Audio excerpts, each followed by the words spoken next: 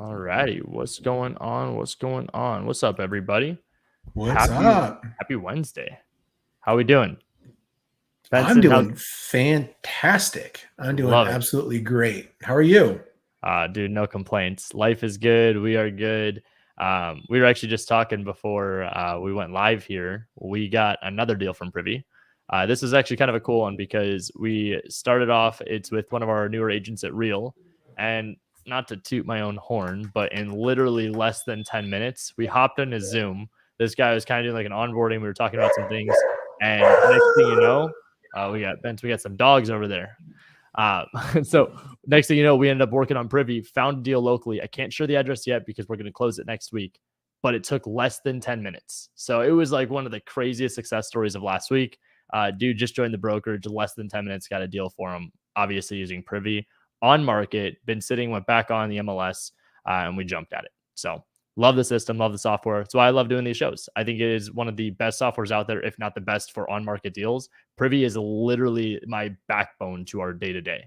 So my team is consistently using Privy every single day in markets across the country where we're not licensed. So in markets where you're not licensed, you don't have MLS access, what can you do? Well, there's this software called Privy that if you don't already have it, it is a game changer. Not just trying to get up here and have smoke and mirrors. I'm trying to get up here and show you guys, here's a deal, here's a deal, here's a deal. One of the coolest things that I like doing about this is that we kind of go random markets. There is no script. It's all off the cuff. We just kind of go with the flow, and you get the real genuine side of Benson and Ryan. Like, you get to see what we're doing, what our thought process is, some real calls. The only thing that we ask, interact, leave a comment, tell us what markets you want to see.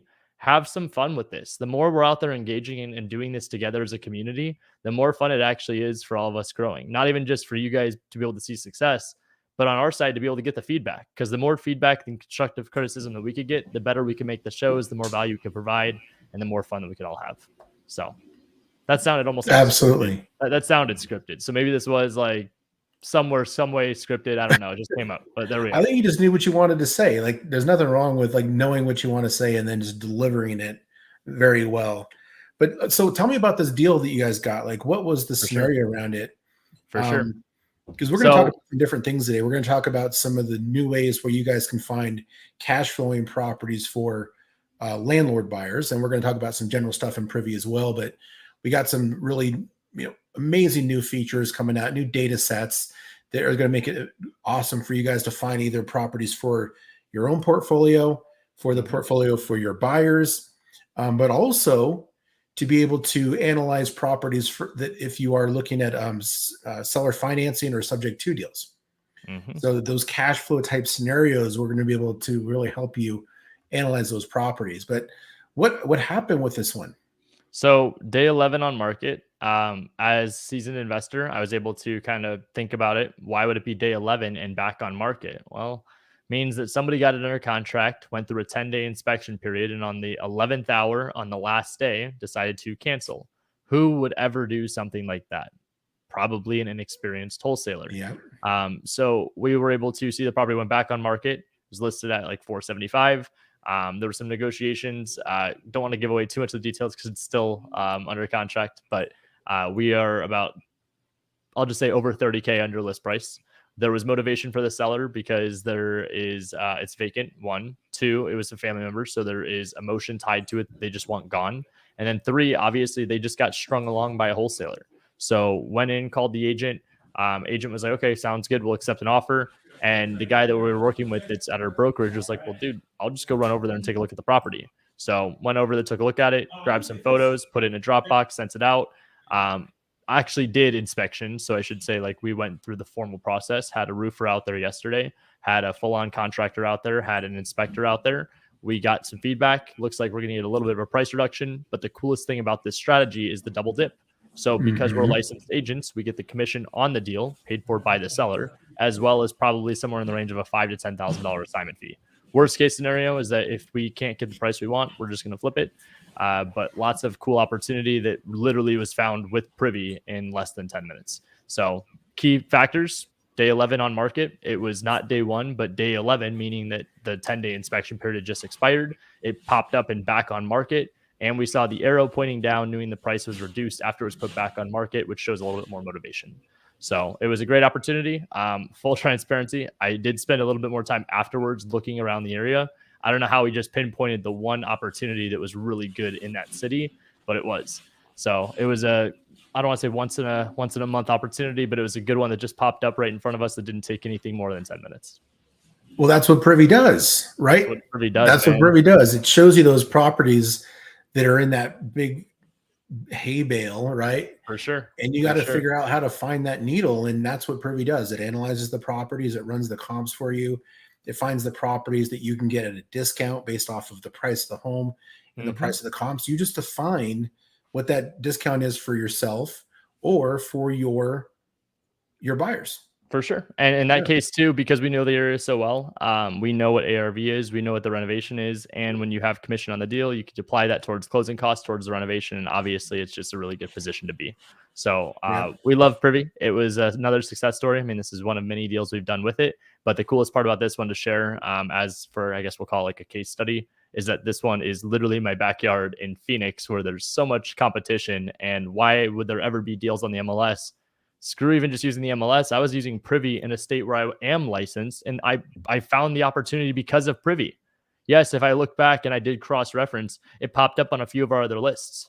But the irony, every list that we pulled up was at least 30 to 40 properties. So I had a 1 in 40 chance of being able to identify that one. And who knows? Would I have made it to that phone call in the day? Would I have actually submitted an offer? If I had called later, would I have actually talked to the agent? Like, there's all things that you don't know that if you just were to use a software like Privy, it makes it a lot easier to identify.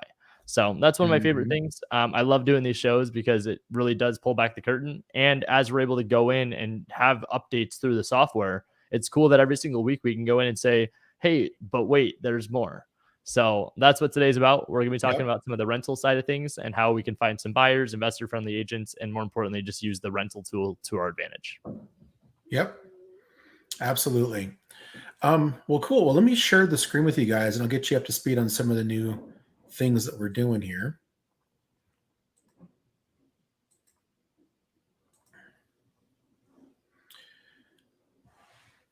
So if you haven't seen Privy for a while, things I've kind of shifted around, and we're doing some more things with agents in local markets. I think I showed you that last time, Ryan, Mm-hmm. where you could see who the agents were. Absolutely. But we're adding in more and more data. Wherever you see the blue markets is where we have that live direct MLS data. That's the highest quality data that you can get, period. Even better, in my opinion, than what you get in the MLS, just like Ryan was talking about. The MLS is the source of the data, but the data that's in people an agent's MLS access, it's not designed for comping. It isn't designed for searching for deals. It's not designed for tracking markets or choosing markets, finding buyers, any of that. But we take all of this data from different sources and we curate it. We make it useful and actionable for real estate investing type activities. So that is, wholesaling, fix and flip, buy and hold, creative deal structure. You get to choose what you do with the properties once you've identified the opportunity. But the deal is you have to be able to automate a bunch of this, right? Otherwise, you're doing everything manually, and it just becomes like a big headache of trying to do this stuff all in your free time. So we got a bunch of automation and stuff built into the system, so it's really simple for you guys to be able to do that. And then, so where you see the blue is that direct to MLS. Where you have the pink is the markets that are coming soon, and the black and the gray. I'm sorry, the black and the yellow is third-party listing data, which we actually now have improved tremendously. We just did another partnership with another data provider. So even if you're looking for properties in, say, Bozeman, Montana, you're still going to get good listing updates, price reductions, prices, different status changes. The only thing that we don't get with that is photos, which is only coming direct from MLS, no matter what you're looking at. So where should you be looking for deals? Now, if you're looking for wholesale deals, you want to be where investors are already doing deals, because those are the comps you need. That's the data that you're going to use to be able to prove after repair value to yourself, so you know what your ARV is, and then you can calculate Ryan's 93% formula. You can't do the 93% formula if you don't know what the ARV is.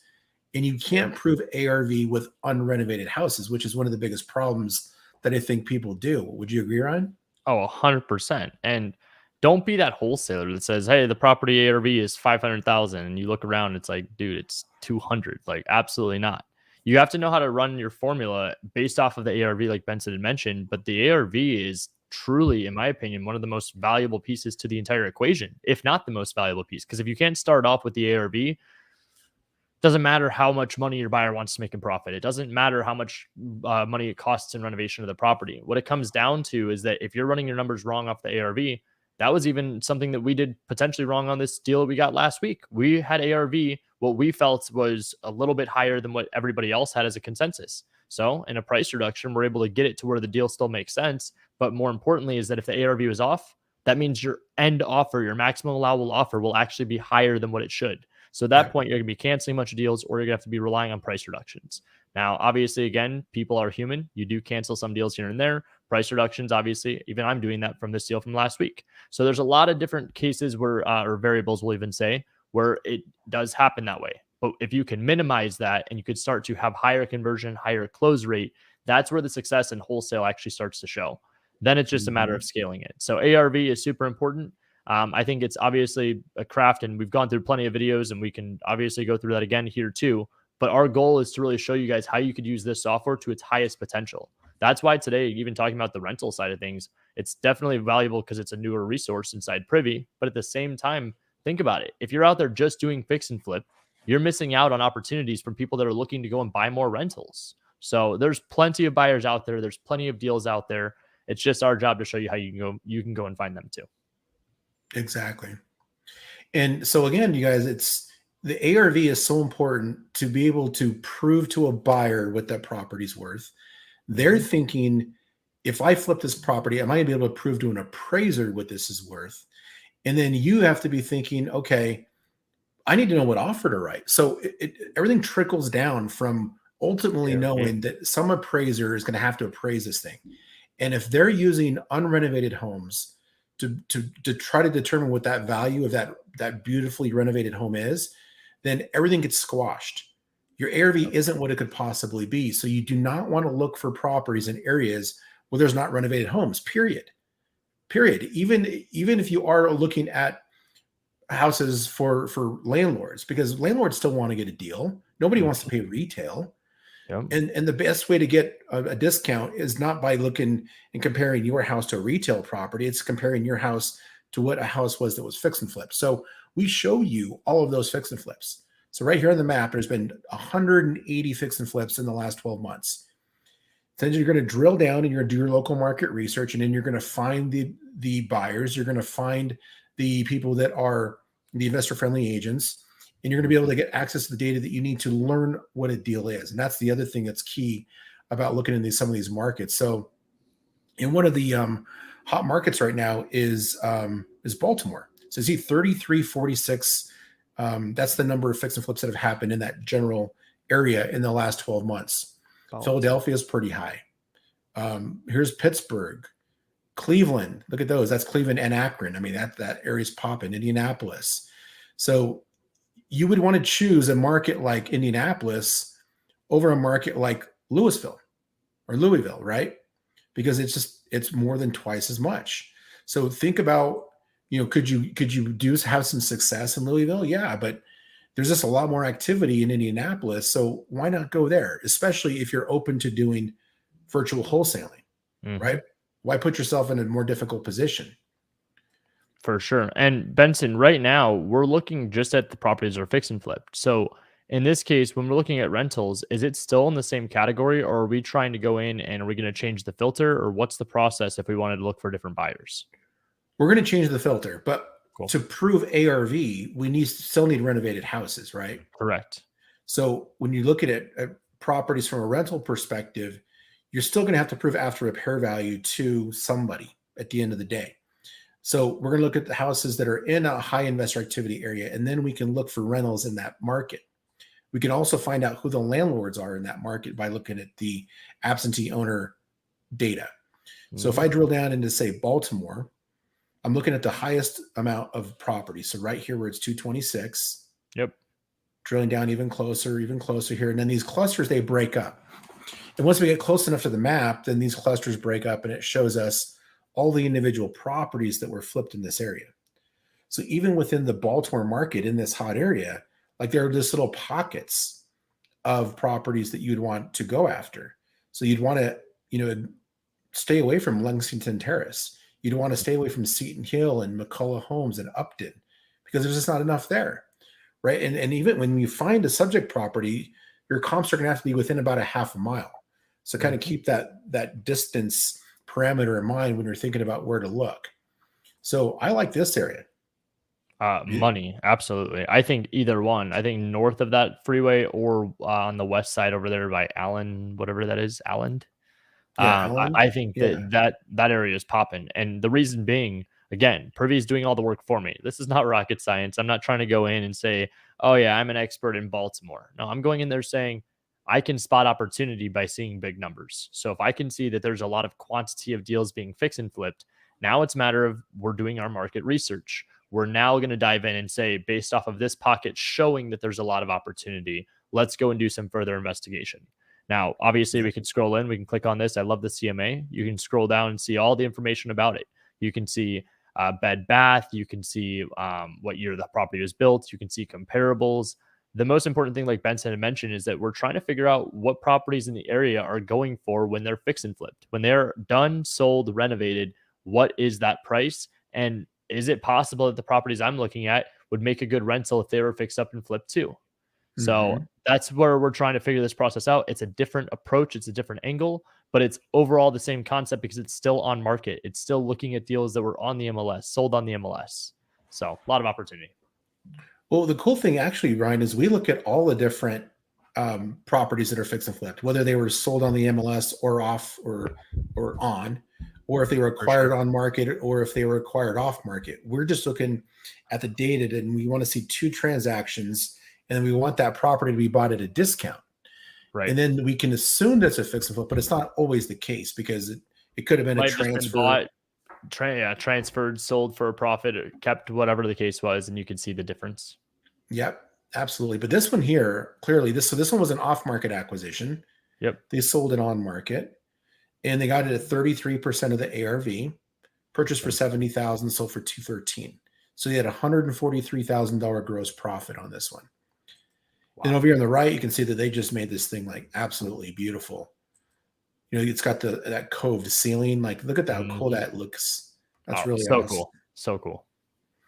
But look how fast this thing was. So they bought it, fixed it up, and listed it, and it took them 23 days to do that. 23 days. And that is based on that exterior. I mean, you could tell that property needed some work. So they got in, they got to work, they got it done fast. And the difference in that is insane. Oh, it's ridiculous. 101 days on market, 124 total days from when they purchased that property to when they relisted it. But so here's that property right now after they painted the exterior. Huh. Well, one of these is not like the other. Yeah, no kidding. That's awesome. That's awesome. Well, look at that though. I mean, that's how you get in, you get out, you move on. That's the name of the game with fix and flip. It's not just speed, but it's quality. And based on the condition from the interior that we could see, it's beautiful. Yep. And then this is OJ Properties. So if you're looking for fix and flip buyers, that's how you identify them. There's going to be a buyer attached to every one of these fix and flips. Now, if you want landlord buyers, you find them differently than this, but this is where we want our comps at. So we want to find a property that's in this area that could also be a rental where we can buy it at a discount and have data to prove after repair value on it, and then have the data to show that it could be a good rental property for a landlord. So this house here that we just looked at, if we look at the comparable section, the blue ones are the rental comps. Okay. So the blue ones are actually the comps that show what houses like this one are renting for in the same area. So they range from, what is that? $1,400 to $1,800 a month. Beautiful. Now, if we can open up the one for $1,400 a month, and we can see here it's a 3-2, 1,230 square feet. This one that went for 1,800 a month is a 3-2, 1,400 square feet. So within that tolerance there, you can see there's a jump Mm-hmm. in the amount of rent you can get out of this one. So ours, 1,400 square feet, actually not 18. That's what it rented for. Yeah, so 1440 square feet, $1,800 a month rent. Ours is 1,300 square feet. I mean, realistically, the only other thing I'd make a note of is that where our property is, we're the 213 up above the freeway. The ones that are to Mm, the left of us, I would reference those a little bit more than the ones on the bottom. So 1.5, 1.6, I would obviously go a little more conservative, but I think you could definitely justify $1,500 for a place like this. definitely. Yeah. So here's how you're going to find those discounted deals. So we're going to ignore this for a minute so that we can find the landlord buyers, right? Because we want to have buyers in place before we go out and start searching for properties. Mm-hmm. So I'm going to click right here. I'm going to click filter, and I'm actually going to reset this, and I'm going to come down here and I'm going to look for absentee owners. So absentee owners are another name for landlord. They're used interchangeably. And then I'm going to change the timeline to alls because I don't care when they bought that property. And then I'm going to uncheck active. I'm going to click sold. So sold means, some people get confused about this, but sold just means it's not currently on the MLS. So it could have sold last month or could have sold 20 years ago. It doesn't matter. But we're looking for buyers right now. So it actually wouldn't be bad to find someone who bought a house recently because that means they're buying in today's economic climate. So I'm going to go ahead and run this filter. And then this is going to show us the landlord buyers. These are all landlords. Mm-hmm. So there's 165 people here that are buying properties. So there's some areas where it's just like some sparse stuff, like it's more owner occupants over here on Shipley Hill. But right in here, I mean, there's a ton Mm-hmm. of rental properties. So then I can open up any of these properties right here. Like let's look at this one right here. So this property was actually purchased off market and they still own it. It was purchased back in 2006. Wow. And if I come down to the public records section, David Desiree is the owner on this house. And he's an absentee owner, which is what gives it away that it would be a rental property. Exactly. Right. Absentee owner, what they do is they compare the mailing address that is on title and they compare that to the subject property address. And if they're different, then they call them absentee owners. And that's how we get that data from the county, is by filtering through that information. So David Desiree, sometimes it's an individual. A lot of old school people didn't used to put properties in LLCs. Mm-hmm. Nowadays, it's pretty common, but it wasn't always common. This one was 61,000. Public record, assessor's data. This one is Kareem. Beautiful. And So Benson, it doesn't matter that these are so old, because the most important piece is that we know that this buyer, if they have one rental property, if they found a good enough deal, they might be open to buying another, correct? Correct. Well, this one right here was actually purchased in 2020. 2020. Perfect. But you can sort this too, right? So if I, in the filter, if I sort results by sold date and rerun that, it'll show me the people that bought houses more recently. So this one was purchased in, 6/28/23. Mm-hmm. Look, that one's a church. There's a cross on it. Now, again, we're not looking at the houses, you guys. We're looking at who bought these properties, right? We want to know who the buyers are. So then we can do our outreach. We can do the outreach the same way we've always done it. We can either call the buyers directly or we can call their agents. Mm-hmm. So, Ryan, how would you shift your conversation with an agent when you know that you're trying to reach people who are looking for rental properties but not fix and flips? So I would call, and the reason I kind of teed that up about the date was because I would start off with the most recently sold. I Okay. think it's valuable data to have as much possible, even if like that one from '04, I don't think that's bad. or '08 or whatever it was. I don't think that that's bad just because you can tell that they own property in the area. So it's good to build that database and have that foundation because, again, if you found a specific deal of what they were looking for, have fun. If you go and you look after the ones that had just recently sold, I would say this would be a great conversation, and the starter would just be more conversational. So if you're at the point where maybe you haven't made your first call or you're trying to figure out how do I sound like I know what I'm doing, this might even be a better place to start because what you're doing truly is not trying to go in and sell them or pitch them, get properties. You're going in trying to say, hey, so the property on Briarcliff, I see that you just sold that property. And Benson, just to clarify, is this the listing agent or is the agent that represented the buyer? This is the listing agent. Okay, so the listing agent would be like, hey, it sounds to me like this property was a great opportunity for a rental. Do you have any people that are looking to buy for rentals, or do you have anybody that is looking for buy and hold opportunities? Or even asking the question, why didn't they keep it? Like, why didn't teach the agent how to become the investor? This is something I've been talking about a lot within even our real family tree group. But if you can be the agent that knows how to work the investment side, that's where a lot of the money and opportunity is made. So really, it is just conversational. I think that you can go a million different approaches. You could also call the agent that represented the buyer and see what their plan is with the property. You could reach out to them and say, hey, just wanted to say, congratulations. Looks like you bought the property on Briarcliff. Maybe make a joke. I'm not here to sell you on security. I'm here to ask you if your client, Tyrone Wheeler, is renting the property or what their plan is.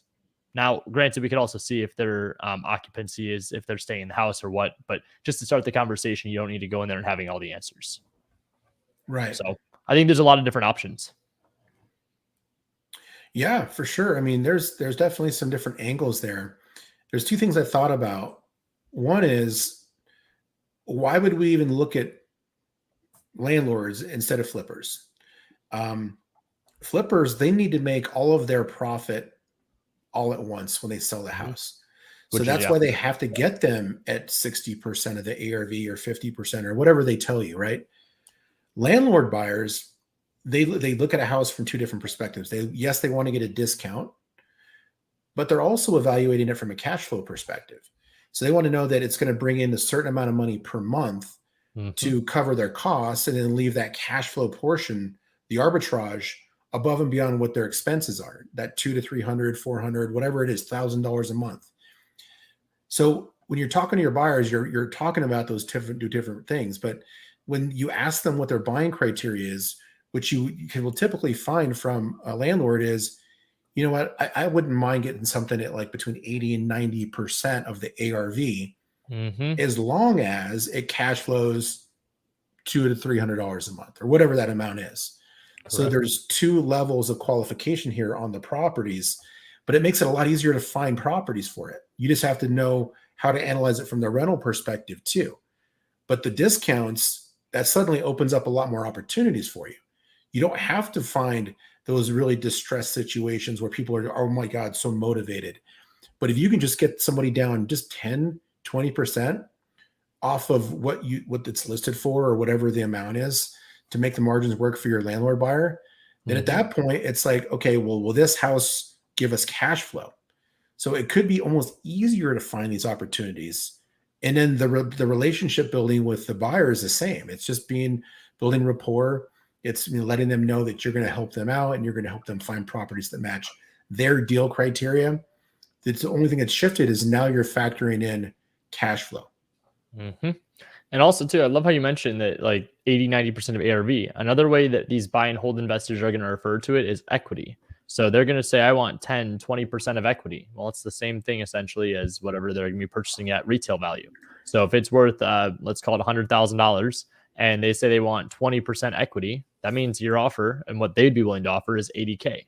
Now, again, obviously that's dependent on the cash flow, like Benson had mentioned. You have to really hone in on what the buyer is looking for. The reason that it's important to go in and find these buyers is because at the end of the day, not every deal that you're going to come across is going to be perfect for a fix and flip.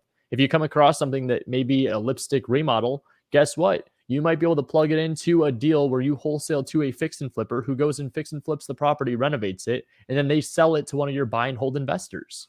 Yep. The more you're solving problems, the more money you're going to make. So in this case, what we're trying to do is really just get another perspective, get another angle. Today, talking about rental comps, it's not my like jam, but I can see where this is also value. And so I want to make sure that inside these episodes, you guys see behind the scenes why this would be of value. And I think it's a different approach that maybe it's just out of my comfort zone, but that's a good thing. I'm excited to learn this and go through it too. And even when Privy goes and makes these updates, it's fun to be able to go in and try these things out. You guys want to know one of the craziest secrets about softwares and updates? As updates are made and you're the first one adapting to it, there's more opportunity. Go and do this more before there's 5 million people using Privy and everyone's trying to do the same thing. That's when I might say it's saturated, but even then I would still make the argument there's opportunity out there. So let's jump into a little bit more. Benson, I love these deals you're going through.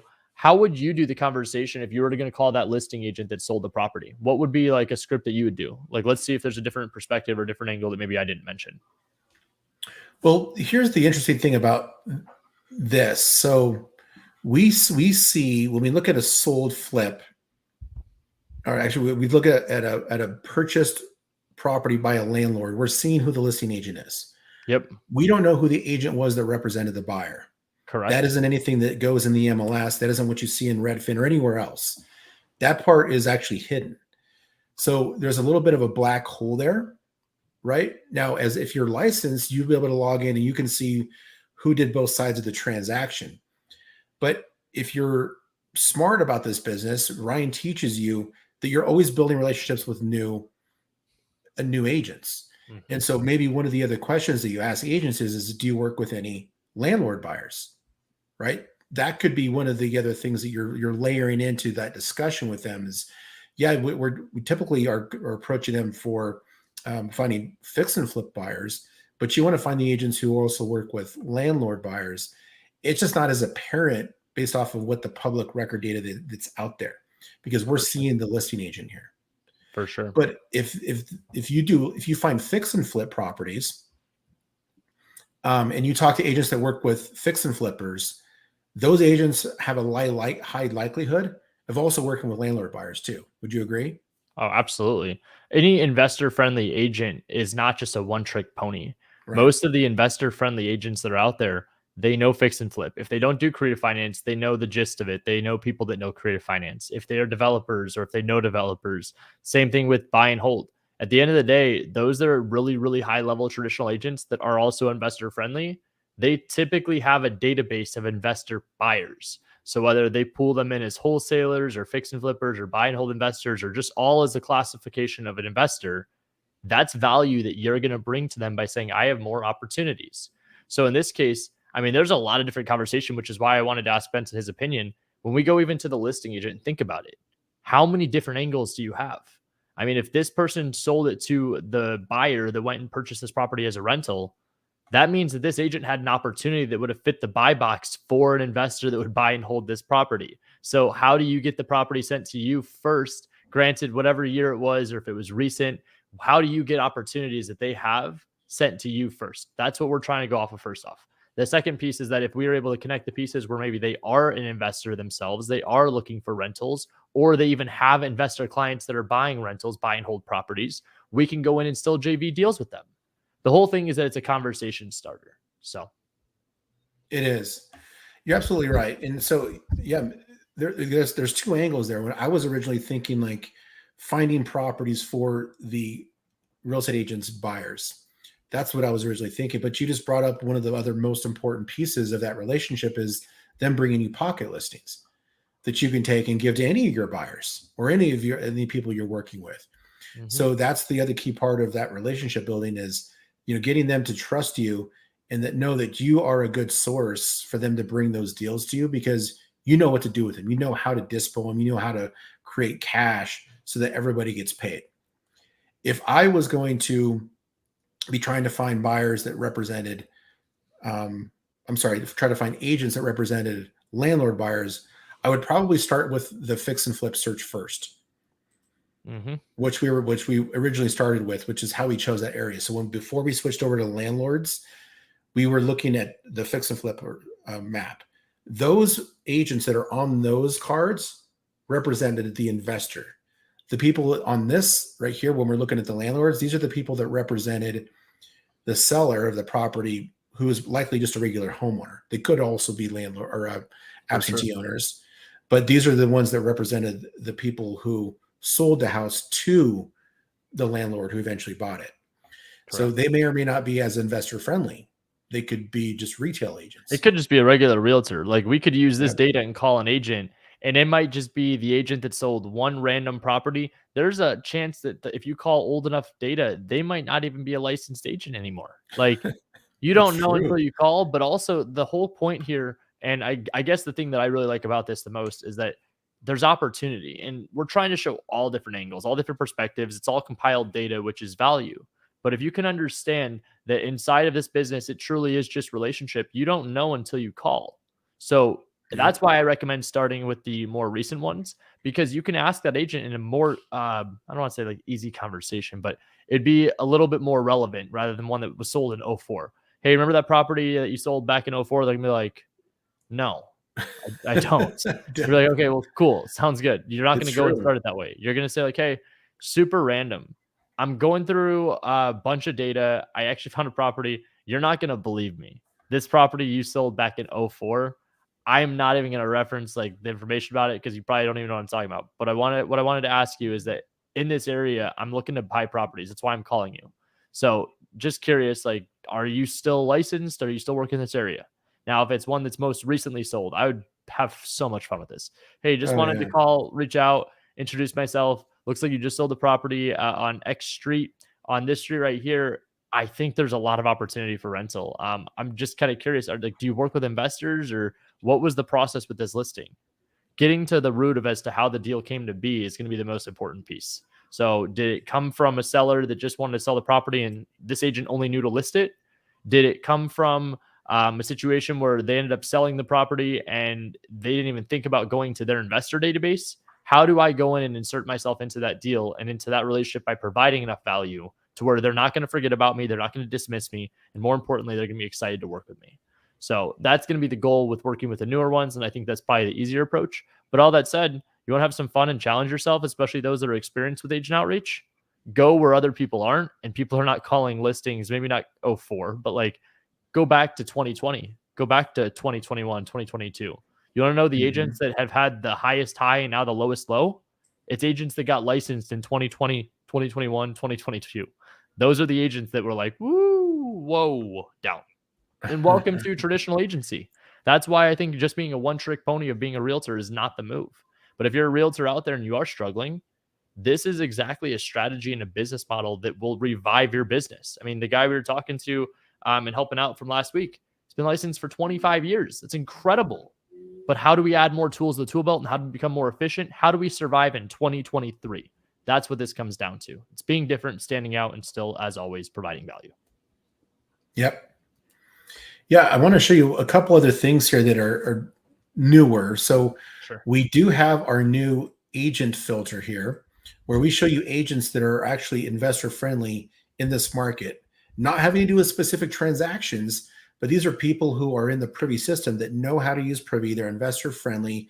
They maybe are investors themselves, and we have them in our system. So in our direct to MLS data areas, look at the top, and there's going to be at least one agent that you can reach out to who might want to work with you.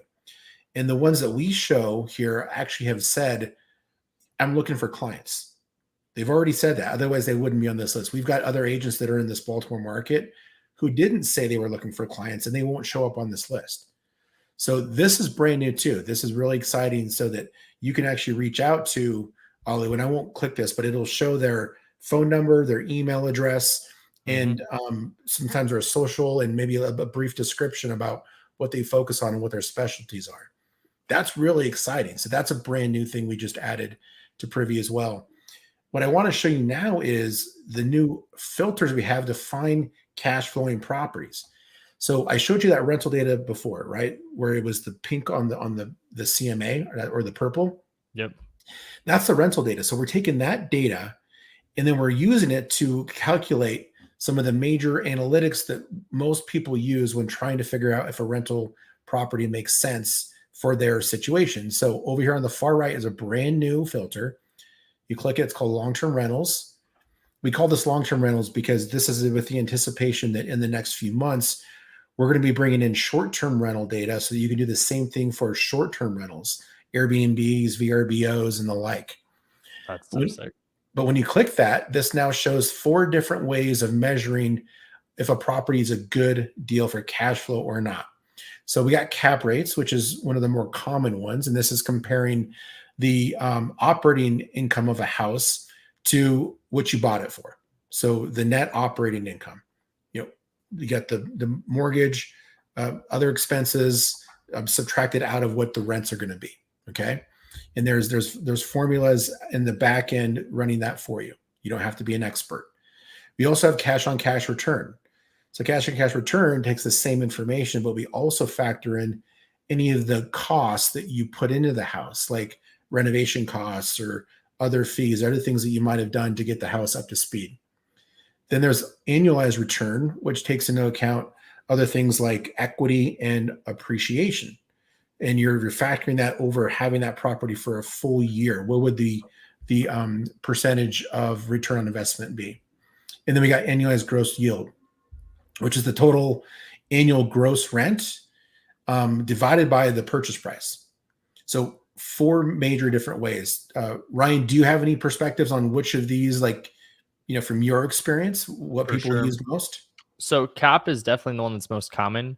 In Mhm. the flip world, it is typically cash on cash, but I would say all 4 of them are just great perspectives. I personally would run most of it off of cap rate, especially if you are just getting started. It's gonna be a lot easier to run.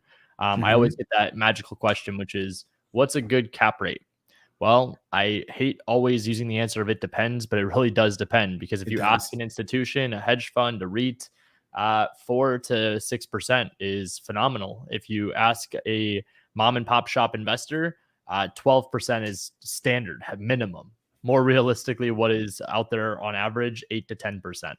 So 8 to 10% is typically a good rule of thumb for cap rate. The thing that I like too is that obviously if you could find the buyers that are willing to not take less, but are comfortable around that 7, 8%, there actually is opportunity out there. So it is going to depend on the market. It's going to depend on the buyers, most importantly, but the market Yep. is going to be, what is the rent? A lot of the Midwest markets, which is the reason why people like to go look out there, is that you Yep. could buy properties for less than 150,000, and they usually rent out for close to $1,000 a month minimum. So imagine you buy a place for $100,000, but if it's renting out for $800 a month, what does that come out to? The way that I run my numbers, $800 a month. This is all a gross number, but 800 times by 12, I'm at $9,600 on the year. Now, if I divide that by the purchase price of $100,000, that's a 0.0996. So it's basically a 10%, Yep. 10% return. That right there is a great turnaround. That's a great cap rate. That's a great return. So in that case, that's a deal that I would go and look at for purchasing, but also many other buy and hold investors would do the same. So where do you pick these areas? Well, we use Privy, but also too, we can go and have the basic market understanding that what is good location. Schools, it's going to be hospitals, it's going to be military bases, it's going to be big attractions where there's like Nashville for bachelorette parties or Scottsdale for bachelorette parties, or if you're by beaches, or if you're by something specific, or you have a certain amenity. Those are things that are going to be attractive to someone that's looking to buy it as a rental. Why? Mhm. Again, because that creates opportunity, and it creates more money and value that they're providing as a service to the tenant. So, yeah. Yep. The other thing is, number one, finding where the landlords are already buying at, right? So this is Mm-hmm. that area. This is that hot area that we identified where these are all properties that are owned by landlords. Okay. We don't know if these are cash flowing. All we know is that a landlord bought them. They could be in the middle of a renovation. They could be vacant right now. We don't quite know the details of it. But what we can do is, since we know these buyers are buying in these areas, we can use these filters to find properties that have good cap rates. And so we can adjust this cap rate percentage up and down based off of what we want for ourselves. Remember, this isn't just for wholesale. If Mm-hmm. you're buying rental properties, think about where you want to be. Also, too, I know that most wholesalers, when they start off, like, their goal wasn't to be a wholesaler, it was to be a real estate investor. And so you're probably thinking about, like, man, once I get enough money coming in for my wholesale transactions, I'll have 20% down and I can buy my first rental property. And then my next one. And then you go wholesale, 5 more deals, get Mm-hmm. 20% more, and then buy another property. So this is all interrelated, guys. If you're wholesaling right now and you're thinking, oh, this doesn't have anything to do with me, well, that could be true. But if you're thinking big, the way you create generational wealth in real estate is by buying cash flowing properties and building a portfolio. And that could be a long-term goal for you. Maybe you're not seeing that right now, but I think a lot of people are seeing that. So let me show you how this particular filter works. So I'm going to click long-term rental, and then we can adjust for the property characteristics and the price. So if I know I want to be under a certain price, let's say I want to be below 150, let's say 180. I don't know what other houses in this area sell for. And then maybe I know that I need at least 2 bedrooms. Like I don't want anything that's less than 1. That means I want at least 1 bath, or I could even do minimum of 3. So with at least a minimum of 3 and then 2. So 3, 2, and then I can buy for less than 180. Like 3 2s probably are where they start to get the most rent out of those things. Yep. And then let's also uncheck absentee owner, because now we're going to look for active properties that we can buy, and I'm going to choose active. So I'm doing things a little bit differently than what you've seen in the past. I'm going to search for active properties that will give me a 7% cap rate that I can buy for less than $180,000. That they're at least a 3-bedroom, 2-bath property. Okay, so actually it's pretty straightforward. You'll get the hang of this, and we do training on this all the time in our live trainings, and I didn't get one. Now that's pretty interesting. I'm going to remove the zone here and see if there's something else that triggered this. So 7% cap. Let's lower this a little bit. And actually, it might even be the price, or the bedrooms might be mostly 2 ones. Oh, you know the other thing I forgot? I need to add attached. There's a lot of row homes in Baltimore. A lot of row homes. So that changed it quite a bit. So I am seeing a lot of attached properties. That was probably the major. For sure. And Benson, this is the craziest thing, just because of like that ballpark at first glance, like just for hypothetical, right? $97,000, and it says rent is $1,600 to $1,800. The numbers I just ran were off of $100,000 based at $800 a month. So for an additional $800 to $1,000 a month, this is something that cap rate wise, at first glance, money.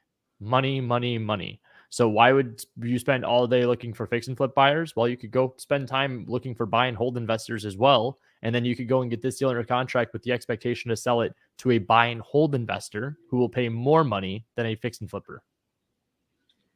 Yep. And there's a good thing about that, you guys, too, right? Like if you go out and you spend time trying to find landlord buyers and you build that up, it's going to be easier for you to find those properties as long as you choose the right area, because rents are oftentimes that's the property itself, but certain areas have higher rents. And so this one, you can see here, there's 8 rental comps here, all that give us higher than a well, this is almost 11% cap rate. Right. And you guys, we didn't have to do any math. We didn't have to pull out spreadsheets. We didn't have to go out and pull out our financial calculator. Remember back in math class, I used to pull that.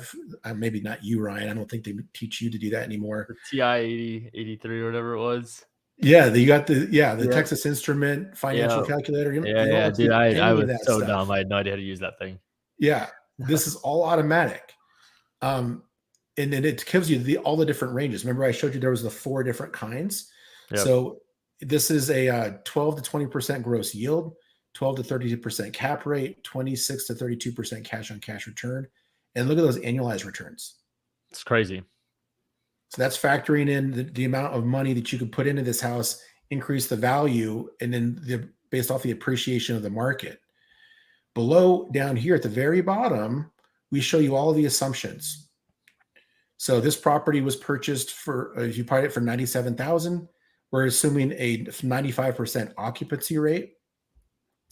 Here's the return. So we were taking the 1,800 times 12. Property taxes, all the kind of the basic assumptions for costs, or even factoring into a 10% property management fee. You guys, sure. If you manage your own properties, think what happens to these numbers. 20% down, estimated closing costs. So all these numbers are calculated for you. In the next phase that's coming here in the next few weeks, Ryan, we're going to give you the ability to adjust all of this on the fly. So If you are going to do your own property management, then this 2052 goes away, and then these numbers will change. If you're a licensed agent and you don't have to factor in, expenses on that, or you can factor in, a 3% acquisition fee, right? Stuff like that, you're going to be able to fine tune it to really drill down on the numbers that make sense for you and your business. Then when you write a contract on this property, let's say your intent is to wholesale it. Well, if your buyer told you that they wanted, a 10% cap rate, well, this fits their criteria. It's in the zip code they told you. It's below $100,000 or, $180,000 that they told you. And again, 3-bedroom, 2-bath. And you take it to them and just think how impressed they're going to be. When you show them this information, you're like, based off of these assumptions, Mr. Buyer, I think this is at between a 12 and 13% cap rate. They're going to fall out of their darn chair. Mm-hmm. This wholesaler knows what they're doing. This wholesaler knows how to do the hard work, run the numbers. I want to work with this person. The next time this wholesaler sends me a deal, guess what? I'm opening up that email. I'm checking that text. I love it. I love it. I love it. And also, this is, again, different perspective, but this is above and beyond. This is when you want to start talking about like the next level of wholesaling. Like, I truly do believe wholesaling is a foundational piece. But when you start talking about wholesaling and all that it truly like entails, there's a lot of strategies. There's on market, there's off market, there's creative finance, there's ways you can go out there and do all these different strategies to get deals done. Yes. But I don't really know many people that work with buy and hold investors that are wholesalers that do it at a very high level. Majority of wholesalers out there, their primary focus is to fix and flip. So wholesale to fix and flip. And I get that. But when you start talking about the buyer relationships of people that are actually interested in purchasing rentals, you want to know where the real money's made? You find the one-off mom and pop shop investors. I mean, even I would say I'm kind of in this category too. I would be willing to buy properties in the Midwest where we've got some connections that for a $100,000 property, put 20% down, being able to yield 10, 12% in a cap rate. I would be a buyer on those. So why can't you go find buyers like me in those markets as well? So, and even so, self like promotion here. If you guys have any of those deals, feel free to send them over to me. I'd love to take a look at them. I'll be more than willing to give you guys non-refundable earnest money and obviously commit to that deal. I mean, we're looking for rentals. We are looking for fix and flips, but find those buyers out there like myself that are willing to do the same for you. If you can go and have them put down 10, 20% on a property that they will make in return a 10 to 12% cap rate, that's a beautiful situation. And again, the biggest reason why you'd want to do this, your buyers that are buy and hold investors will pay more than a fix and flip investor. That is the biggest difference. And it's cool that this software goes out there and does it all for you. Benson, you said that the next phase is going to be they can edit the stuff below like that, all the assumptions and stuff. Yep, they'll be able to edit all of that sort of stuff so they can really fine tune it and make it their own. Edit the purchase price where, maybe it's at a 7% cap and you got a buyer who wants to be at 10%. Well, what happens if I can get it for $20,000 less than the ask price, right? How does that adjust the numbers to help meet the criteria?